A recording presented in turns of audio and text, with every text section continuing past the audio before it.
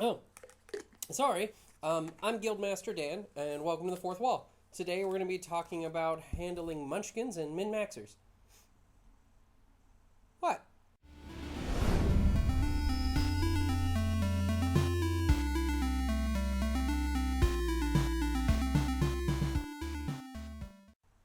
The important thing to remember about munchkinning and min-maxing is that it's an attitude or a way of thinking, much like optimism or pessimism, in that if you're trying to change the way that somebody thinks about games, it's it's going to be an uphill battle. It's just like changing someone's attitude towards how positive or negative the world is.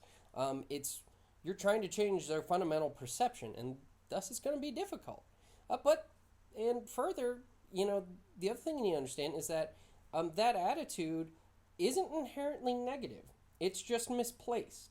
You see, the munchkinning and min-maxing comes from board games and video games, where it makes logical sense to find every little advantage you can in order to come ahead of the system and win the game. In those settings, it's perfectly appropriate. It's just that when these players bring this attitude towards role playing game, they don't understand that they're distracting from the entire point of role playing games, which is to role play. It's about living a story by taking on the guise of a character. It's not about how many how many little bonuses and stats I can stack up to make my character uber powerful, which that's not the point of the game. It's about how does my character feel about this, and what will my character do in reaction to this. Not about how many plus ones can I throw onto my armor and my equipment. So just keep in mind that it's appropriate in those settings, but not in role playing games. And that's really what you're trying to get across them, is you're trying to reinforce that role playing games are about the role play, because they don't always realize that. One of the ways that you can do that is by limiting your players like right off the bat. And by limiting, I mean when you're starting a new game, if you know you have a player that has that attitude, keep to the basics. Stick with the core rule book. Acknowledge that yes, there are those published expansions out there for the game, but those are optional rules, and you don't have to use them as a game master, and you're choosing not to use them in this case. You want your players to focus on role play, so you just want them to stick to the basics. If you really want to stick to the bare basics, if you're running Dungeons and Dragons, heck, limit them to just humans running with the base four classes: a fighter, a healer, a spellcaster, and a thief. That can really be enlightening to any group who likes to use all those extra rules and classes and races out there. But limiting them right off the bat already puts them in the mindset, okay, I'm not allowed to go out there and find every little possible advantage I can to tack onto my character and really maximize his statage, when that really is not the focus of the game. But let's say you don't like the idea of limiting your players. Well, there's another route you can go. Not all systems are as Munchkin friendly.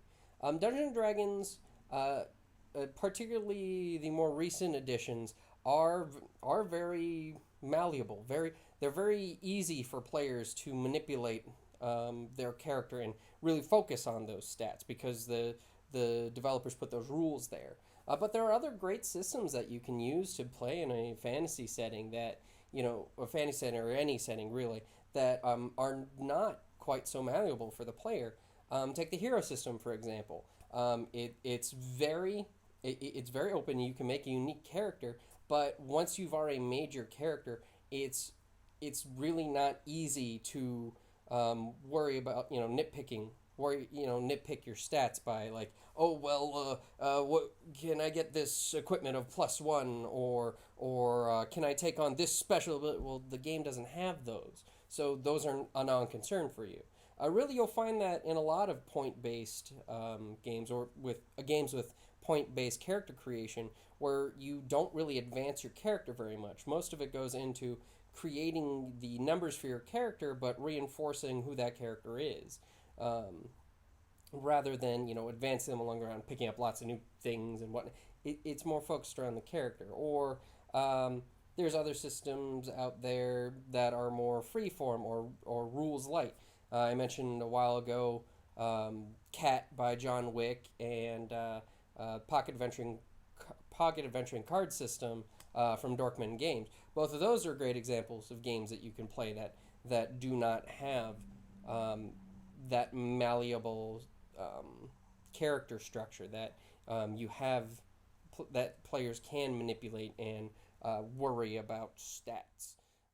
Now, the last suggestion I have for you actually draws upon a previous episode that I had, where, well, if you're here trying to figure out a way to handle a player that you feel is giving you a problem in your group, it's pretty obvious that's a disruptive player, and you can handle it the same way that I suggested back there.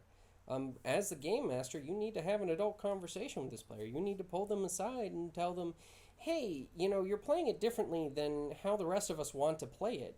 And you're kind of, we're not having as much fun because of it. Could you maybe try and play it the way that we all want to play it? And, if he or she does, great, continue with the game.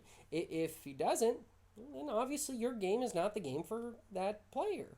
There are groups out there that they're all min-maxers, they're all munchkins, and, they play role-playing games more like a skirmish game or a minis game, and, great for them. They can go have fun. That player can go find a group like that, because obviously they're going to have a better time there with, other players that like playing that way. But over here where we like to role-play, it's not appropriate. It's not the type of attitude that you need to go into the game with. Everyone's going to have less fun because of that one player. And if that one player can't adjust, then your game is not the game for them. And that's fine. They'll have more fun over there anyway. Well, there's a great article on min-maxers and munchkins, actually on TV Tropes. I'll be sure to include it down below. But for any player out there who's watching this and feels like some of the things that I describe sounds like they're describing you, read over this article and see if this sounds like you. If one of the categories inside does sound like you, you may want to check with the other players in your group to see if they don't sound the same way. Check to make sure that you're not you're not kind of derailing them a little bit. And if you are, no big deal. Either go find a game where they're all min-maxers, or try and focus more on role playing. Remember, it's a game, and with games you want to have the most fun possible. And with role playing games, that means finding the right group, the ones that play the same way as you do, because then you're going to have the better game. You're going to have more fun. Sorry that this episode's a little bit short as compared to previous episodes, but ultimately Munchkins and min-maxers come down to being a type of disruptive player. It's just that there was a little bit more I had to say about them than what I had time to fit in the disruptive players episode. So my suggestions for handling them are limiting rules, changing system, or ultimately talking to the player to let them know that your attitude isn't really appropriate for this game. If you know of another way that you can handle min-maxers or munchkins, or if you disagreed with something I just said, please feel free to leave a comment below. Please like, subscribe, and share the videos, and thank you for watching. We'll see you next time.